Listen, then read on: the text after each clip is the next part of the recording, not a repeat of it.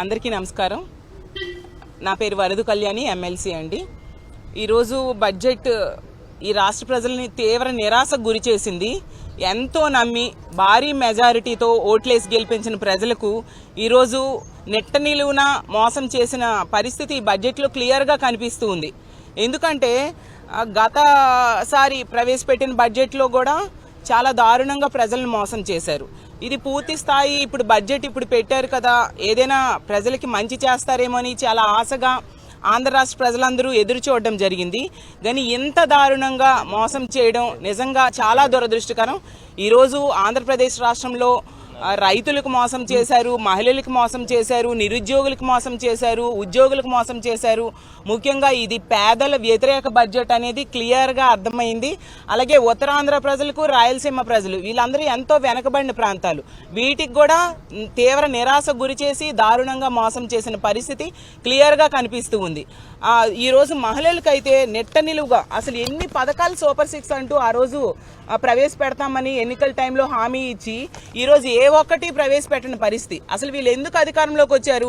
గతంలో జగన్మోహన్ రెడ్డి గారు ఎంతో చక్కగా పరిపాలించేవారు, ఎన్నో పథకాలు ఇచ్చేవారు. వాటికంటే డబల్ ఇస్తాము, అంతకంటే ఎక్కువ మేలు చేస్తాము అని చెప్పి ప్రజలను నమ్మించి ఈరోజు అధికారంలోకి వచ్చారు. కానీ వీళ్ళు మేనిఫెస్టోలో పెట్టిన ఏ అంశాన్ని కూడా అమలు చేయని పరిస్థితి క్లియర్గా అర్థమవుతుంది.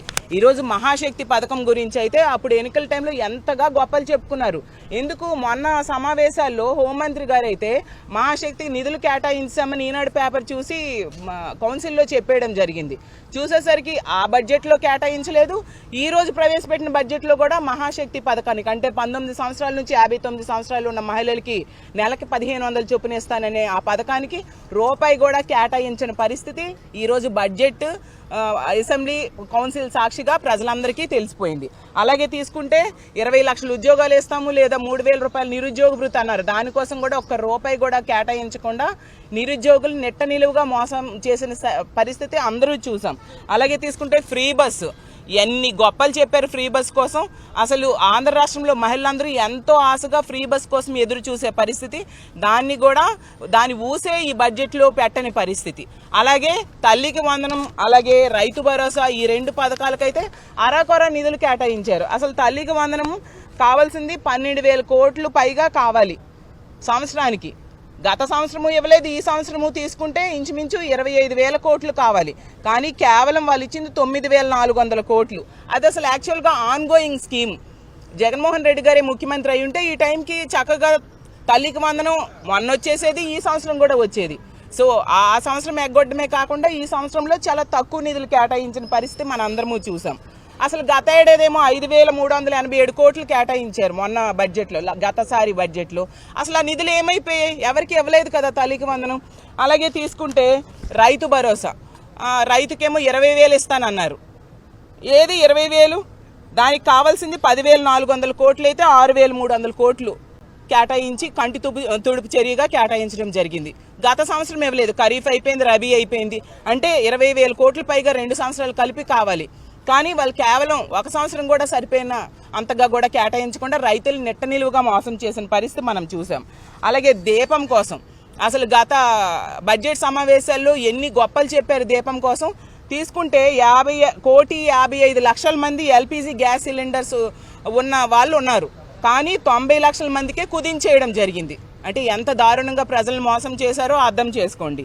దానికి కూడా 4,000 కోట్లు అవసరమైతే ఈ బడ్జెట్లో 2,601 కోట్లు కేటాయించడం జరిగింది. అంటే దానికి కూడా ఎంత ఘోరంగా ఆ పథకానికి తూట్లు పడవడానికి ప్రయత్నిస్తున్నారో మనం అర్థం చేసుకోవచ్చు. అలాగే సున్నా వడ్డీ తీసుకుంటే 10 లక్షల రూపాయల వరకు సున్నా వడ్డీ ఇస్తామన్నారు. దానికోసం అసలు ప్రస్తావనే లేని పరిస్థితి మనం చూసాము. అలాగే ధరల స్థిరీకరణ నిధి కోసం అసలు 300 కోట్లు ఏంటండి? ఏ కొరన సరిపోతుంది? ధరల స్థిరీకరణ నిధి 5,000 కోట్ల పైగా కావాలి, 300 కోట్లు ఇచ్చారు. అంటే నమ్మించిన ప్రజలకి ఎంత నెట్ట నిలువుగా మోసం చేశారనే విషయం మనం క్లియర్గా అర్థం చేసుకోవచ్చు. ఇది నిజంగా అంకెల గారడి అనే విషయం క్లియర్గా ఈ రాష్ట్ర ప్రజలకి ఈ బడ్జెట్ని చూశాక అర్థమైంది. అసలు ఎప్పుడు కూడా గతంలో వాళ్ళు బడ్జెట్లో ఏం చేస్తారు, అప్పులేని, ఖర్చులేంటి, ఈ ఆదాయం ఎలాగా ఇవి చెప్పుకుంటారు. కానీ ఈ బడ్జెట్లో తీసుకుంటే ఎంతసేపు కూడా గత ప్రభుత్వాన్ని తిట్టడం, ఈ ప్రభుత్వంలో గౌరవ మంత్రి గారైన లోకేష్ గారి గురించి పొగడ్డం, అదే పనిగా పెట్టుకున్నారు తప్ప వీటి మీద కాన్సన్ట్రేషన్ లేదు. పవన్ కళ్యాణ్ గారు బాధపడతారని ఒక్కసారి పవన్ కళ్యాణ్ గారి పేరు ప్రస్తావించారు. ఈ లోకేష్ గారిని పొగడ్డానికి చూపించే శ్రద్ధ ఈ ఇచ్చిన హామీలు అమలు చేయడంలో ఉంటే ఎంతో బాగుండేదని మేము భావిస్తూ ఉన్నాము. అసలు బడ్జెట్ ద్వారా అసలు వీళ్ళ పరిపాలన ద్వారా రాష్ట్రం పురోగమనంలోకి తీసుకెళ్లాల్సింది, వీళ్ళు చేసిన పనుల ద్వారా తిరోగమనంలోకి వెళ్లే పరిస్థితి మనం క్లియర్గా చూస్తూ ఉన్నాము. అసలు ఈ కూటమి ప్రభుత్వం ఎలా ఉందంటే ఎన్నికల టైంలో ఎన్నో హామీలు ఇచ్చి ఈరోజు ఏ ఒక్కటి అమలు చేయడానికి శ్రద్ధ చూపించట్లేదు. ఏరు దాటాక తెప్ప తగలేసే పరిస్థితిలో వీళ్ళు పరిపాలన సాగిస్తున్నారు అనేది ఇప్పుడు ప్రవేశపెట్టిన బడ్జెట్ ద్వారా మరొకసారి తేటతెల్లమైంది.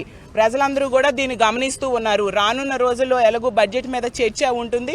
దాని మీద వీళ్ళు ఏ విధంగా ప్రజలను మోసం చేశారు, వీటన్నిటికీ వాళ్ళు ఎన్నికల్లో ఇచ్చిన హామీలన్నీ అమలు చేసి తీరాలి అని మా వైఎస్ఆర్ కాంగ్రెస్ పార్టీ తరఫున ప్రభుత్వం మీద ఒత్తిడి చేస్తాము. ఇలాంటి నిరాశాజనకమైన బడ్జెట్ ప్రవేశపెట్టినందుకు నిజంగా చాలా బాధగా ఉందని తెలియజేసుకుంటూ సెలవు తీసుకుంటున్నాను.